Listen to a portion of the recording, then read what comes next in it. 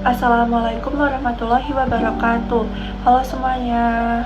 Perkenalkan, nama saya Intan Adela Rasati dengan NIM P2724 2023 078. Saya dari kelas 3B Farmasi, jurusan Farmasi Poltekkes Kemenkes Surakarta. Di sini saya akan menjelaskan beberapa cara menyimpan obat yang baik dan juga benar. Nah, dalam mengonsumsi obat, kita harus memperhatikan cara penyimpanan obat yang baik dan juga benar. Itu yang pertama, perhatikan cara penyimpanan pada kemasan obat. Yang kedua, perhatikan tanggal kedaluarsa pada obat. Yang ketiga, simpan obat dalam kemasan aslinya.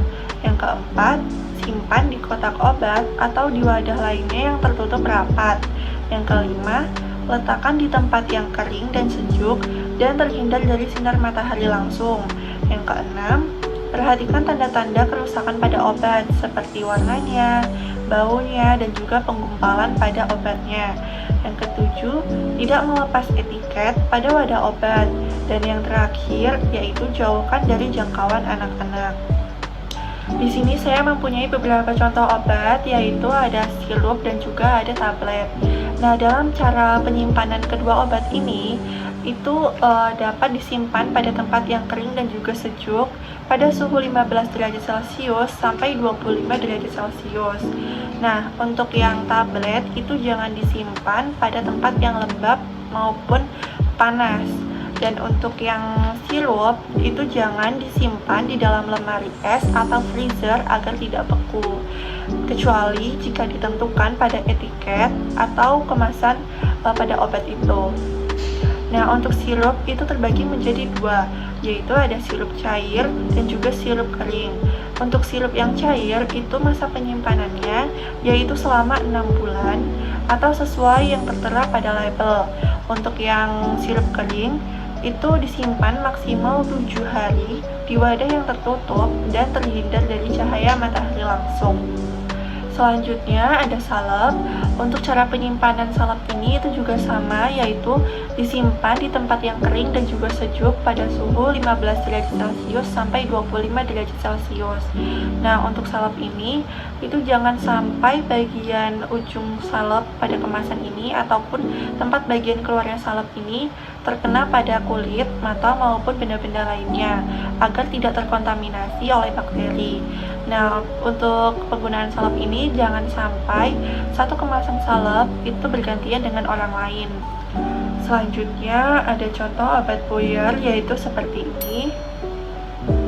Nah, puyer biasanya itu dibuat dalam jumlah yang kecil untuk 3-7 hari. Salah satu tujuannya yaitu agar dikonsumsi hingga habis dan juga dianjurkan tidak disimpan dalam waktu yang terlalu lama. Nah, puyer bertahan kurang lebih 7-10 hari dan untuk penyimpanannya yaitu disimpan pada tempat yang kering dan juga sejuk pada suhu 20 derajat Celcius sampai 30 derajat Celcius. Untuk contoh obat yang selanjutnya yaitu ada obat tetes. Contohnya seperti ini. Untuk obat tetes itu dibuat secara steril. Untuk penyimpanannya yaitu sama, disimpan pada tempat yang sejuk dan juga kering pada suhu 15 derajat Celcius sampai 25 derajat Celcius. Untuk obat tetes itu dibagi menjadi dua macam, yaitu ada multidose dan juga single dose. Untuk yang multidose itu disimpan tidak lebih dari 1 bulan setelah kemasan dibuka, sedangkan untuk yang single dose itu bertahan 3 hari setelah kemasan dibuka. Selanjutnya ada contoh obat suppositoria, contohnya seperti ini. Nah, untuk suppositoria itu dapat disimpan di dalam rak dinding ataupun di rak kulkas, tetapi bukan di bagian freezer, dan diusahakan diletakkan dalam wadah sendiri dan tidak bercampur dengan bahan lain di dalam kulkas. Karena suppositoria itu mudah berubah bentuk apabila disimpan di dalam suhu ruang, dan apabila suppositoria sudah berubah bentuk maka akan sulit digunakan.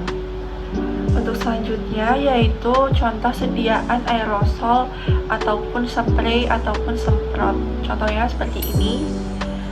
Untuk sediaan ini itu harus dijauhkan dari panas atau suhu yang tinggi.